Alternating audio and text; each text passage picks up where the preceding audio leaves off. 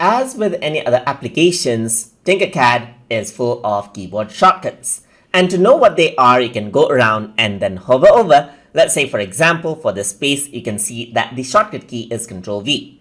For this one right here, this is copy, it's Ctrl C. So if I were to bring in this box right here, press Ctrl C on my keyboard and click somewhere else, press Ctrl V. There you go, this is the copy and paste feature. So this is a very normal feature that any of the software has. So you can go around this. There's another shortcut called Ctrl D right here, which allows you to duplicate an object right here.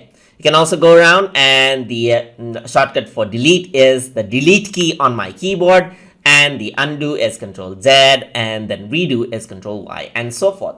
So as I hover over, you can see that the visibility is Shift N right here. For the show all, it's Ctrl Shift and H. For group, it's Ctrl Z. For ungroup, it's Ctrl Shift and Z, and so forth. So you can see for align, it's L, and for mirror, it's M. Similarly, if you were to go to a web panel tool, so you go for W, so you can see that you can actually make a web plane. For ruler, it's R right here. There's the ruler, and for note, it's N. So you can go around and type in those.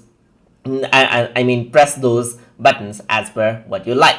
And that is how you can actually work around with this. And some of them may not have shortcuts right here, which is quite normal. So that is how you can work around with keyboard shortcuts that you have over here. So you can go around over here onto the fit to all view. So that's F right here for you. There's like zoom in, which is plus, and minus, which is minus right here. And there's orthographic, which does not actually have any shortcut. So that is how you can work around with the keyboard shortcuts inside of Tinkercad. So I hope you guys learned something as always. And as always, please like, comment, share, and subscribe.